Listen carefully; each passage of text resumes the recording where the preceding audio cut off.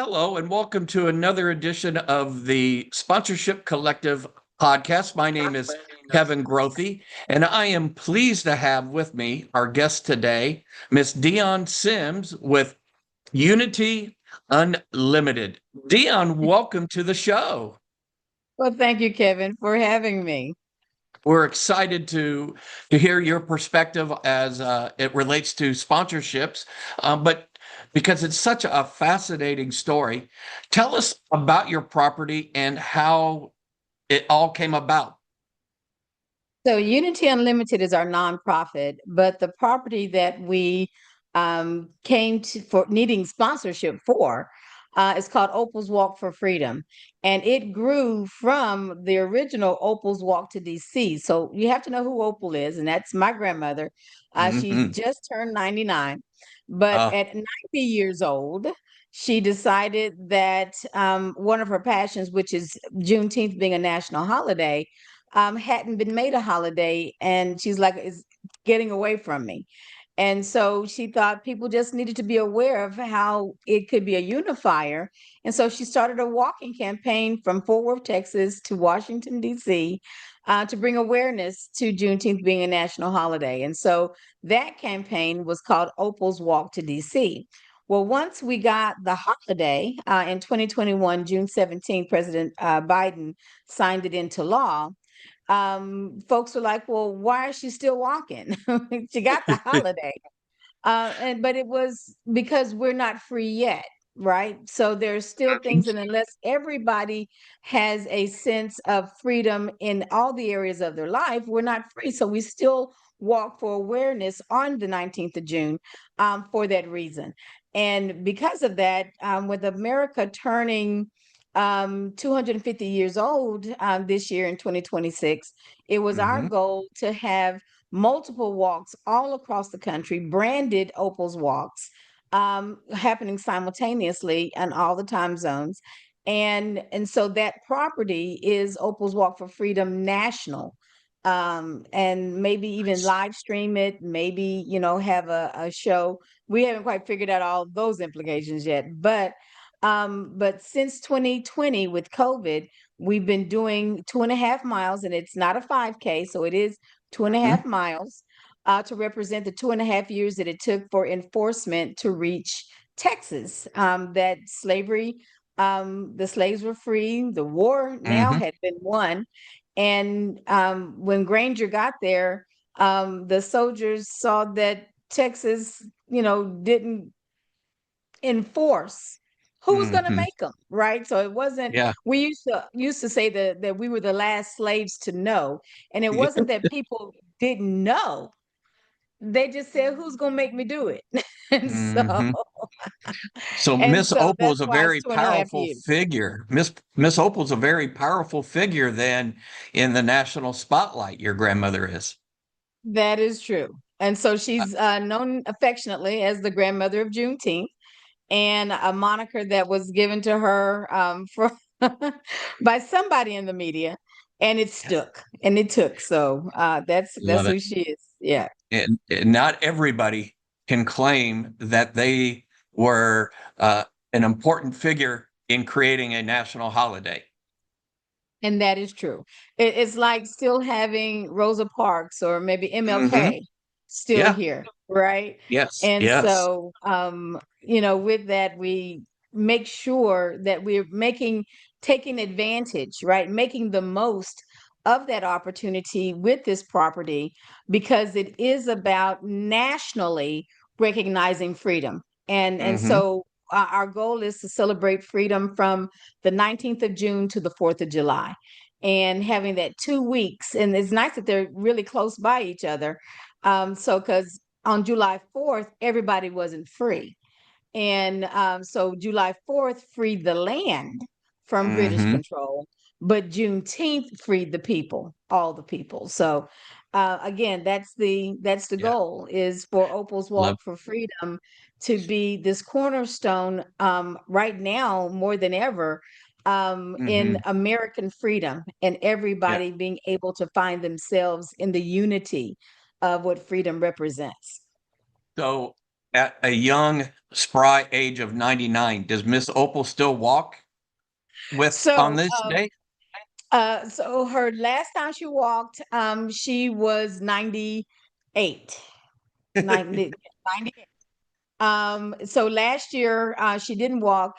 She was hospitalized in Yeah. May and right before. And so she didn't walk. So I led the walk last year in 25.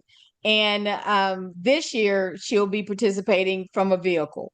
So Nice. so now Still, and wait a minute, I've been wanting to get her in a golf cart even and yeah. so the year before and so she did a little bit of it. It was hard getting her to, take the help of a golf cart at 97, right? But she did walk some of it. But we she did allow us to let her roll in the golf cart a little bit in Well, the 2024. So the important part is she's still an important part of the walk, and that's so fascinating, so wonderful. Being a big history person, it just makes me smile from ear to ear on that. So tell us, Dion, how many people participate in this walk? And now that you're trying to go nationally with it, what is your goals for this June's walk? in Fort Worth, in the DFW area, we have consistently had about 2,000 to 2,500 people come and walk in person with us. We also have a virtual walk, and that is where people can register to walk wherever they are across the country. And they order a T-shirt, and then we have a social program where we ask them to video and to go live, send us pictures with our hashtag strategy so we can see folks walking all across. We have had walks in Japan. We've had walks in Los Angeles. We've had walks in Chicago, Illinois. And so, what is it? In Missouri. And Mm-hmm. so people are just walking all across the country and internationally Nice. on the 19th of June. And so this year, we want folks to walk simultaneously with us. And so we've Mhm. got host cities that are going to have a branded Opals walk, much like, McDonald's is a McDonald's is a McDonald's, right? Mhm. It's going to look Mhm. like ours. It's going to have our same branding, the flyers, the posters, the look and feel. So everybody will have their own T-shirt, and their city will be on the front, and their sponsors will be on the back that are local to that walk.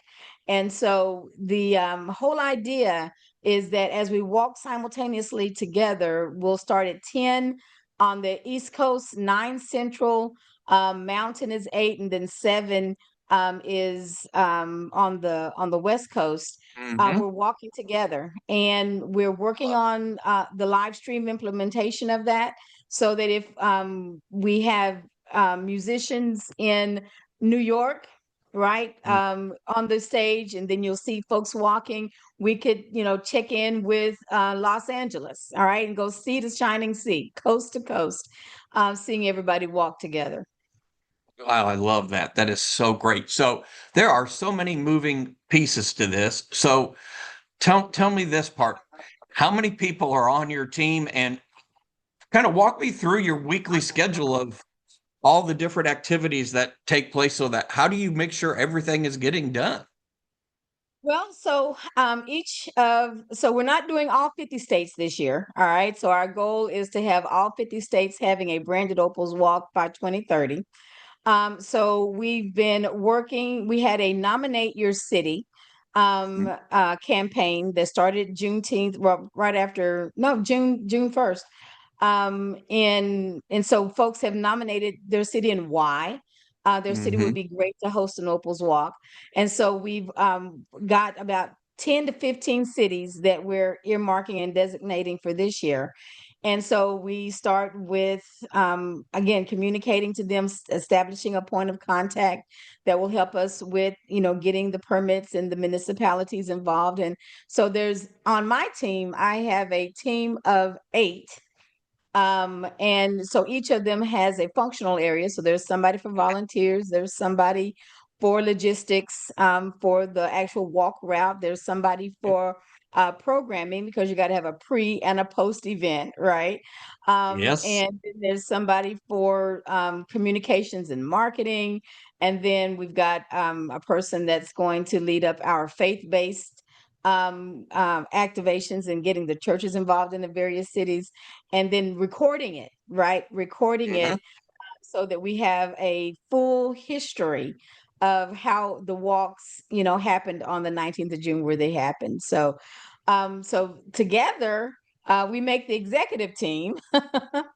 But knowing that each host city will have a steering committee that will Mhm. feed in, and will have regular scheduled meetings. And right now they're basically every 2 weeks.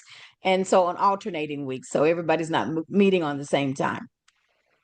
Just a little bit that you've described to us, Dion, my head just is spinning on all the different sponsorship opportunities that are present there for you. So when it comes to prospecting and reaching out and just the whole sponsorship sales process, give us an overview about how you and your team go about doing that.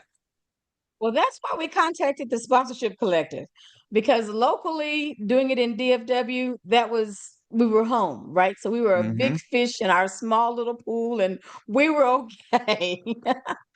And so we've consistently had our repeating sponsors and new sponsors locally. That wasn't our issue. So when you start and you go national, now we need to big swim in a bigger pool. Now we're a small fish in a Yeah. big ocean. It feels like Finding Nemo, right? Finding Nemo. And so we knew that we needed training. We knew that we needed to know what was the valuation of what we considered an opportunity, our event. The one thing that we've learned is the language of marketing. And so what's been Hmm. really neat for my team and I is to understand how marketers and marketing departments think, Yeah. how they talk, and learning how to speak their language in the terms that they understand. And so what's really been neat in working with Chris, and then our Chris that helps us with the evaluation tool, Rob and Vanessa, is getting a better understanding of just what we have to offer, and what that means, and what the expectation is of a corporate sponsor for what it is they want. And whereas we think of sponsorships like donations, it's not. And so that was one of Yeah. the first lessons that we learned, is that Yeah. sponsors and donors are two different animals. They have two different goals. Hmm. And so we've always um, gone after donors, even though from it was may have been a sponsor or a corporate entity, they were really giving because of the mission, not because of an expectation, because no one gave us an expectation of ROI at all. They were just, Hmm. wanting to give and to be a part. So we thought that that was all there was, even because we had corporate sponsors. We thought, no, we had corporate donors. Donors. And so Yes. that was different. And so now that we're going after corporate sponsors, that's a totally different animal. So they're Yeah. not necessarily worried about our mission and how good and how beneficial it is. It's really about them. And so getting us to Yes. get our eyes off of us and figure out how does this help them, and talk to them about them and how we can help them do what it is they want to do, was a light bulb moment, Yeah. really. It really Okay. is. Yes. So So when that you're was getting those, when you're in those conversations, Dion, and we like to refer to them as discovery calls, as you said, it's about them. You want to know, what do they want to achieve? What are their goals? What are their objectives? What do you find maybe to be the best kind of questions to ask in that discovery so that you can put together a strategy that works for them? Well, the one thing that we learned in talking to Chris H. Was that our valuation and the valuation tool um, made me, because before we had the typical gold sponsors, silver, bronze level decks, right? Yeah. Um, and so, and we just put a number on there, right? And I Hmm. remember thinking, how do I know that this number works, all right? Or Hmm. that it's true, or that it shouldn't be more, right? Yeah. Right. Or that I've got it too high, And so that always bothered me, but I just went with it because that's what I always saw, right? That's Yeah. that's what I Yep. always saw. And so to that end, I was really interested with the system that Sponsorship Collective had to know the science behind the number. So I Yeah. am a software development quality assurance manager by vocation. And so my job was to break the software before, or try to break the Hmm. software before it was released to the customer. So understanding requirements and ins and inputs and outputs, to get an expected in, worked for me. So to when Sponsorship Collective says we have a calculator, and understanding what goes in, what feeds into the calculator to get the value, really, really did intrigue me, right? So I was Yeah. like, can we Yes. hear up and get to that part? But we went through several things. So we've never done a survey of our audience. So we went Hmm. through the survey and went through the rate cards and learning who our audience was. And now we did have from registration, we knew our demographics, Hmm. but learning what our audience um, liked besides our event, Right. right? What Yep. were their Yep. hopes? What were their dreams? What were their expectations? What did they do for fun? And I'm like, oh, you know, developing personas, Mm. developing the kind of people that want to come to our event, and understanding that. And what Sponsorship Collective, the team showed us is that that's who the sponsors want to meet. Yes. Yes. So you're not begging them, you're giving them an opportunity to meet some of their needs by connecting them with people who come to your property. I'm like, wow. Yeah, so So you're whereas we flipping the always script on, you're flipping it on them where all of a sudden they're not looking at you as a cause, while that is a bonus and a benefit, they're looking at your audience as the prize. That's it. And that was one of the things in the video Chris B, and I have to do Chris H and Chris B. Yeah. Um said, since you're the prize, we need to get you to understanding your property is a prize. And Hmm. them being associated gives you a different level of confidence when you walk into a room and you're talking to somebody, because you've got a group that they want to connect with. So they don't hold it, because before you always felt like they held all the cards. Yeah. And that's one thing that this training, I believe, has elevated our thinking, and Hmm. broadened our horizons, is that we're not begging. We're really not. We're No, presenting you no. an opportunity to be a part of something special, true, but to reach an audience thought knew that you wanted to get to, you just didn't know how. And so now Yeah. we're giving you an opportunity to do that. So I tell you Oh, what, amazing. it's been a adventure, I will say, for sure. And so when we get into that talking moment, it Hmm. is about listening. It's about Yeah. listening to what it is they want to do, which before it's we've always felt on the spot, on the spotlight of telling them what we wanted We could them do. to give us Right. versus what they're wanting to do. So we had to actually listen first, to find out what's on their mind, which I think makes them feel important, you Hmm. know Yeah. but that's what the calls have really been about. The discovery calls have Yeah. really been about understanding them. Right. And then, like you were talking about the value, by learning what they want to achieve, versus doing the gold, silver, bronze. So many of the members of the sponsorship collective have said, I didn't realize how much money I was leaving on the table, because if I come up with strategies that work for them, that is more valuable to them than just the here's your logo on a banner type situation that everybody's on, right? So listening is the first step. And it really flips the script, as we say, Dion, to where they look at you a lot differently, don't they, when you're in those type of discovery calls? And the difference is they know that you know that they need Hmm. you. Yeah, that's right.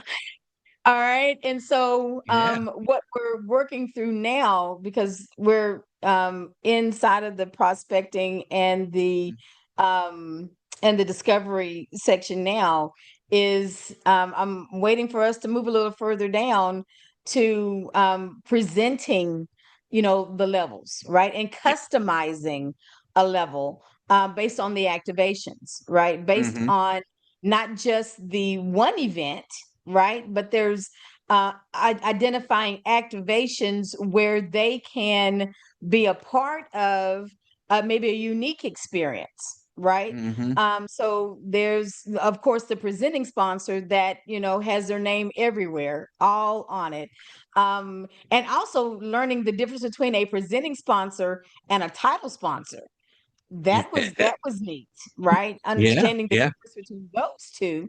But even with brands, you can have co-presenting sponsors. Something can be presented by more than one entity, but a Yeah. title sponsor, there's only one of those, right? That's right. And Yes. so again, learning the nomenclature, learning the jargon, learning the words, and being able to speak intelligently Hmm. to them in words that they understand, and not feeling like you're an imposter, right? An imposter syndrome. Right. Right. You had mentioned activations. Tell me, what are some of your favorite activations, or how they came about, and maybe what the result was for a sponsor.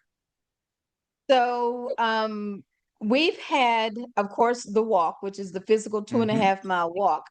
Well, there's a warm up before you walk. Hmm. So that's an Yes. activation, right? Yes. So Yep. you've got and then you've got of course, all of the beverage and food. And even though it's in the morning, we have a before walk Hmm. program and then an after walk celebration.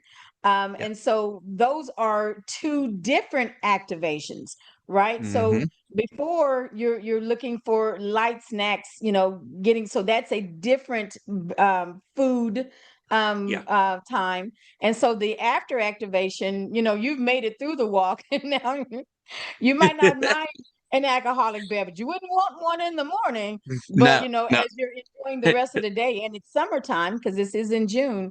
Yeah. So having a different beverage activation afterwards. Then there's kids. So we don't charge for kids. Kids are free Hmm. with an adult paid admission, with an adult paid walk. And so now you've got to have something for the kids to do. They made it through. Their parents drug them around, and they made it through the 2.5 miles. Well, they want to do something. So we've got a kids zone. So that's an activation that focuses on people with kids, right? Give them something to do while you've maybe go get something to eat. You got somebody watching them there. Then Yeah. there is we have a vendor row, right? Because Hmm. again, while you've got people there, you are wanting to make sure that they have access or get resources that can benefit them. This is separate from our other Juneteenth program, which is our Empowering You, which we're going to take through the sponsorship collective model to, because it's a different day, different section, different, but we're going to use the same methodology to find the sponsors that will want to do the educational component. But so right now on our vendor row, now we're thinking about how does that activation, right, happen. Then there's the activation with that we may not have thought of, right? So there's other activations that can be happening in and around. So there's a VIP Hmm. activation because we've got, dignitaries that are coming. We've Yep. got in each city, dignitaries, state, local officials. So they've got a VIP lounge, right, where they're going to be. So, I mean, there's all of these potential components that we did not call out before, Yeah. in our gold, silver, bronze sponsor packages. Right. So do those come about because of conversations and discovery calls that you had with sponsors and you realized, oh, hey, if we did this for them, Well, no, we actually have had them as a part of our original property. We just did not call them out as activation. So that gotcha. was a another light bulb moment, right? Yeah. That someone could have their name on this Hmm. particular part. And Yeah. so it was something that we always did, but we did not, again, leaving money on the table. Yeah. um, we did not sell it as an activation as a part of the property. And so now we can. Now we can. Yeah. That's good identifying new sponsorship opportunities because by doing that, it allows you to have more sponsors involved. And some people say, well, I'm fearful to be involved with an event that has a lot of sponsors. But the key on that is where certain sponsors have ownership of a specific activation, whether it be a water stop or a VIP area or a beverage station here, the post race party, all those types of things that you talked about, uh, gives them a little ownership, even though there's lots of different people who are involved with Opal's Walk Mhm. collectively. Now Collectively. that's great. So you obviously have had to make a lot of phone calls to get these sponsors, and a lot of times people don't like cold calls per se. How did you guys?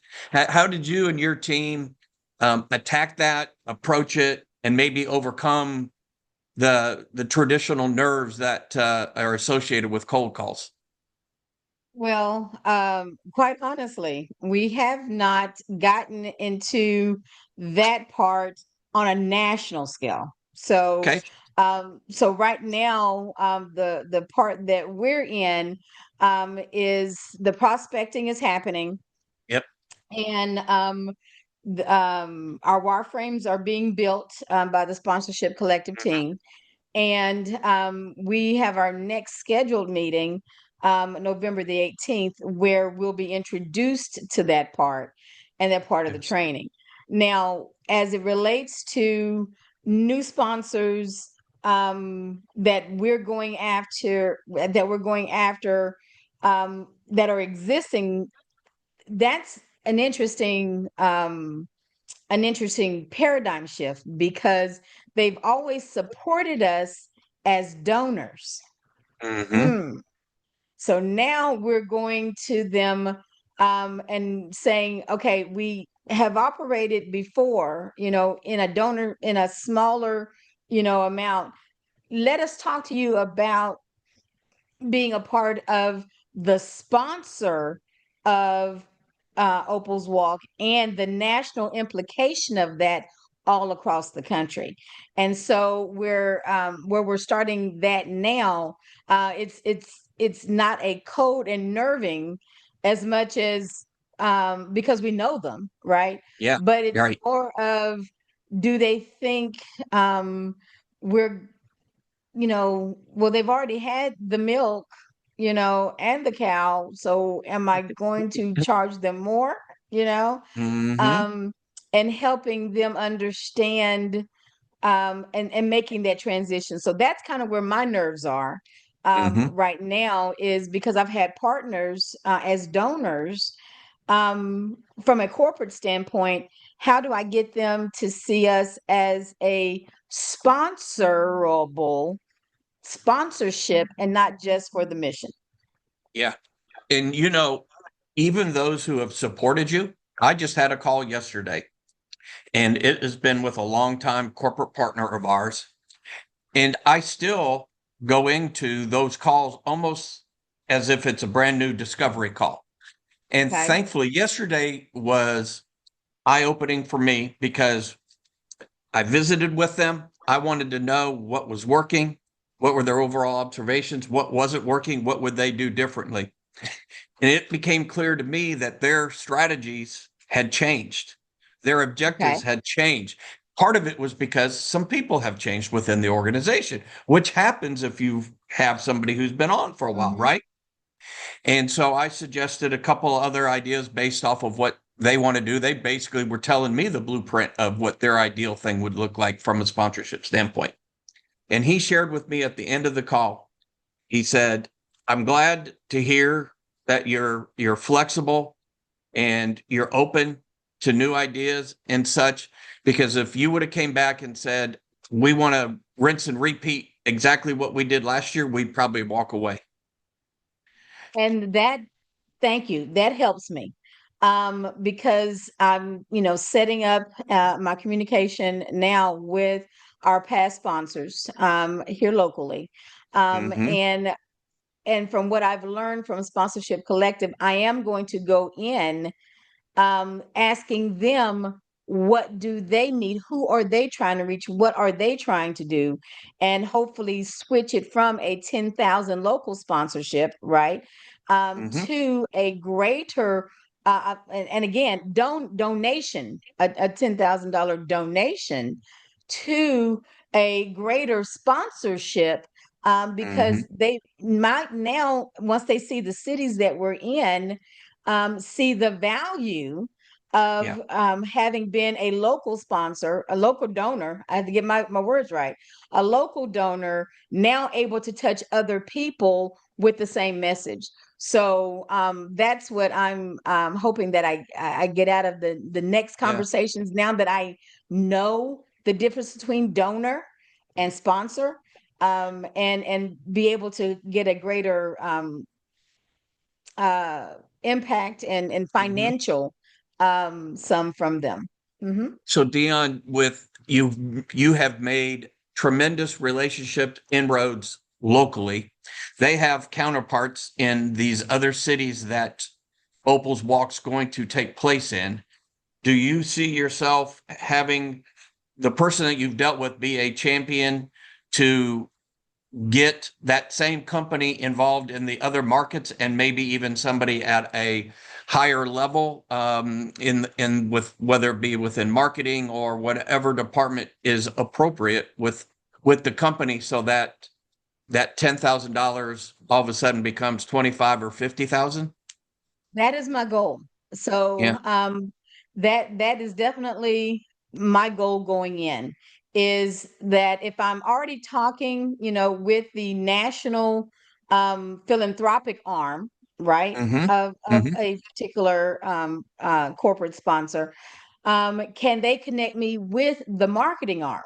Right. Mm-hmm. Mm-hmm. And that way I have a warm transfer versus a cold call. Yes. All right. Yes. It's still cold to me because I've never talked to that person before, but they know that their company has had a relationship with us locally. And so now with a warm transfer and a contact, they can then see the benefit. And that is what I'm hoping, that Yeah. we do get a lot of those who, and then even with outside of the organization, not just transfer within the organization, but who other organizations do you believe would be um, um, wanting to be a part of something like this, Right. right? You meet with Yep. all kinds of people. I don't want to go to your competitor, right? So I'm not, Right. but Understandable. Yes. okay, but who else in your sphere? Who else do you go to lunch Hmm. with? All right. No doubt. Um, and so that's going to be my ask.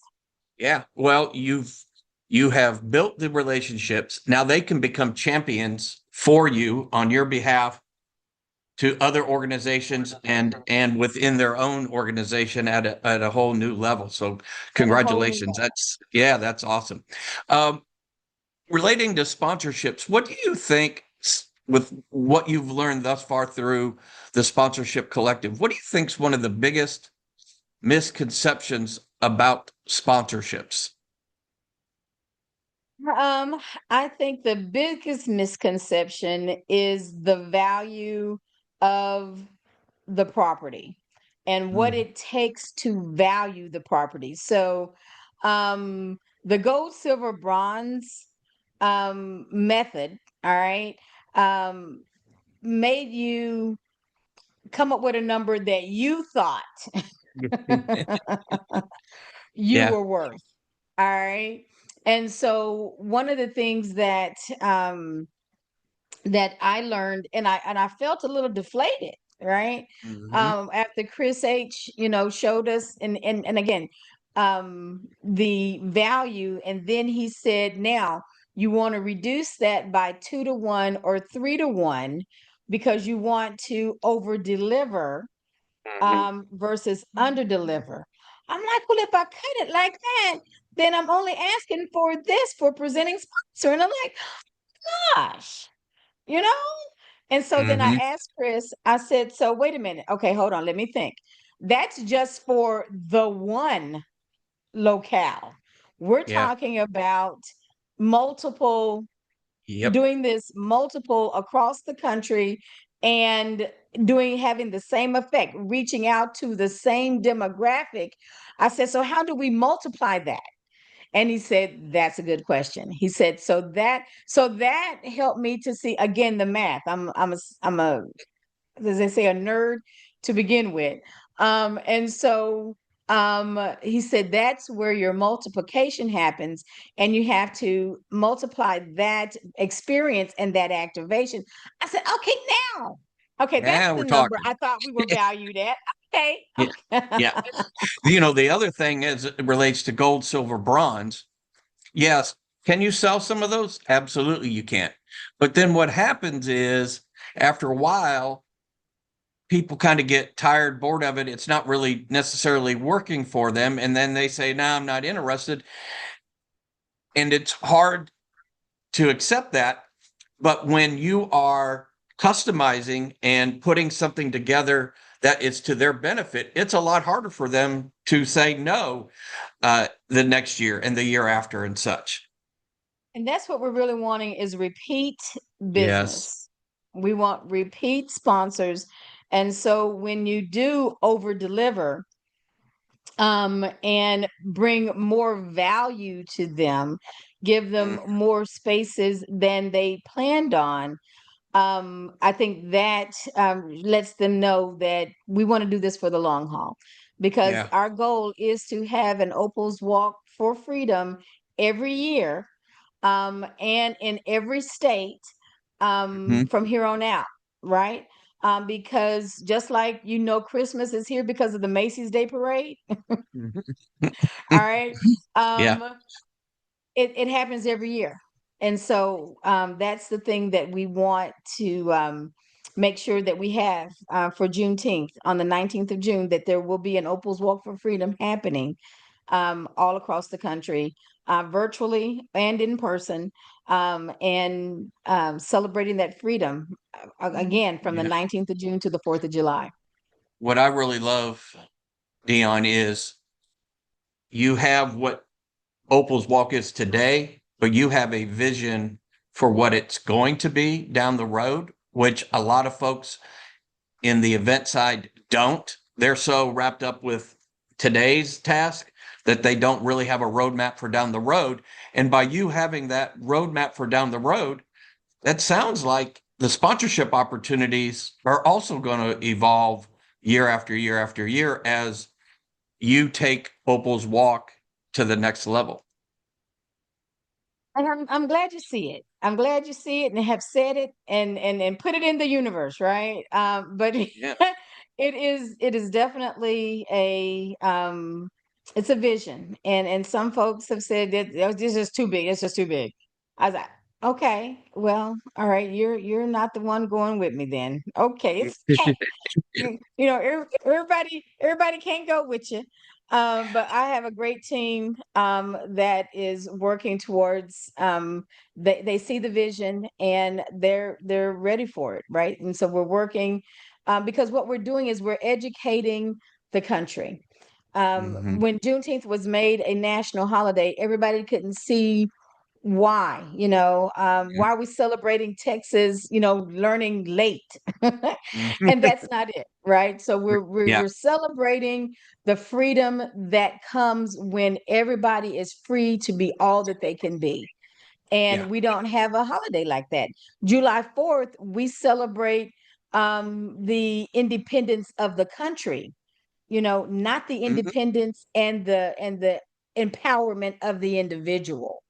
And Yeah, that's what Juneteenth big does. And difference. so it's about educating the country, and it's a unifier. It helps folks understand that while we're celebrating African American resilience in our culture, we still we still support the allies, the abolitionists that work to help folks escape to the North, risking their family, their life, their livelihood, right? Because they believed in the human dignity of what it is to be a human being.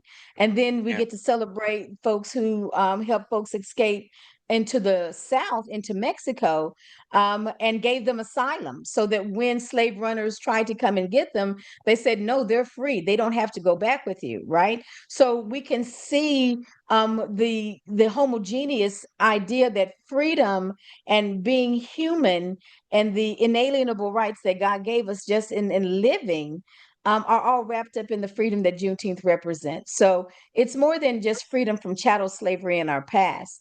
It's Yeah. being able to operate as an American and the freedoms that this country affords us because we are Americans. Yeah, that's great. We've talked about some of the fun aspects of sponsorships, the discovery calls. I get really excited in those and coming up with activation ideas that work for them and all that. But sponsorship's hard. What do you think is the hardest part of the sponsorship process? I really think it's the closing. All right. Mm, I think it's the closing because you're wondering, even though you've built them a customized project, a product, and an activation that they can own themselves, and you've, shown them the numbers, it is getting them to um, say yes mhm, and for the amount that you feel that you're worth, right? mhm, With the mhm, valuation calculator, even cutting it at 2 to 1 to 3 to 1, right? And you're basically going, we can give you this amount of value and ROI, and if they don't say yes, it's combating and rebutting the no, right? mhm. Because a no is just yes, not right now. So I've got to get you to where there is a yes, right? And so it's because one of the things that Chris B was talking about in the videos is being prepared for and being able to dance on your toes because the people want to say yes, they just don't know it yet. And so we got Mhm. to find what is the right sweet spot Yep. for them to make their no a yes. And Yeah. so it's, continuing that conversation um, because there is a point to where it is a yes. And and so that kind of haggling back and forth, Mhm. if it's just is the thing that I think is the hardest part, right? Getting to the Yep. yes. I understand. And we understand in the sponsorship world, there are going to be some no's, there's going to be some rejections.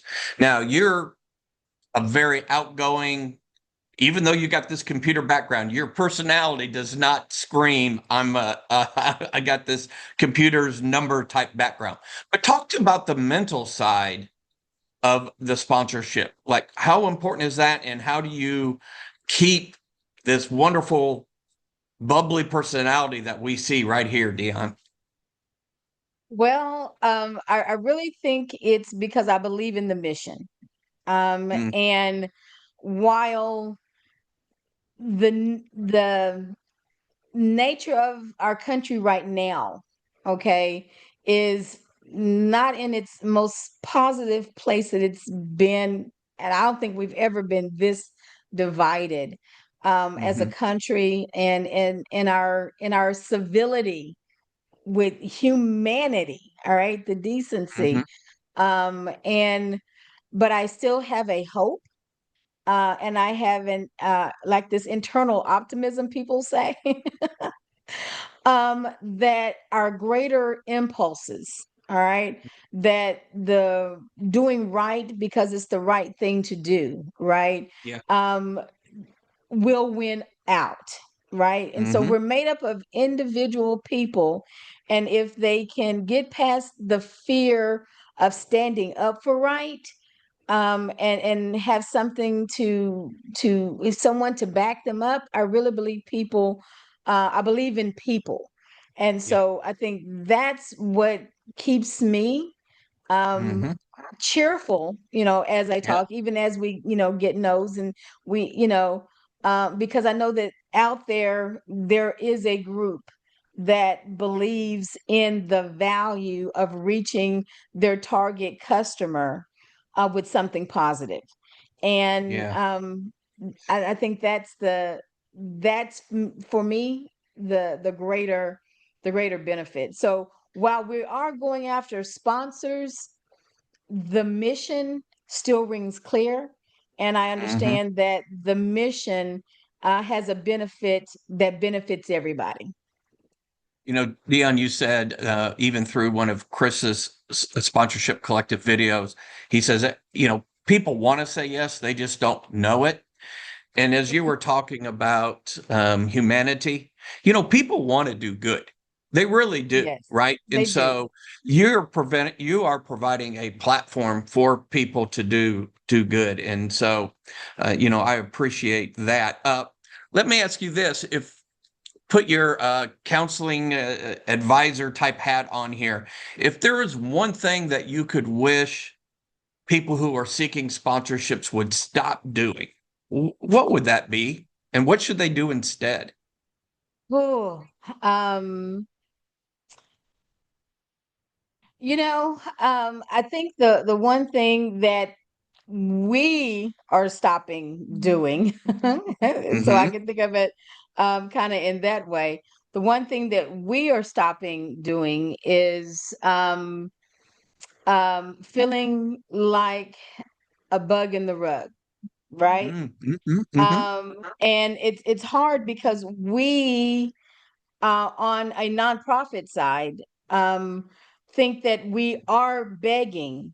Yeah. And so I know that that's going to be a different mindset for our organization going in, because as we again, education gives us power.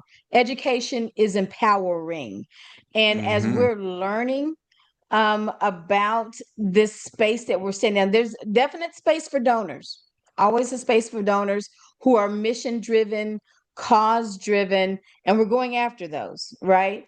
But Hmm. for sponsors and corporations who are all about their bottom line, right? Yeah. They want to know what you're going to do for me. And Hmm. so, what we're going to stop doing is talking about us Yeah. and talk about them. Awesome. So that's what I would tell, people in this Hmm. space with me going after sponsors. See Yeah. what you can do for them.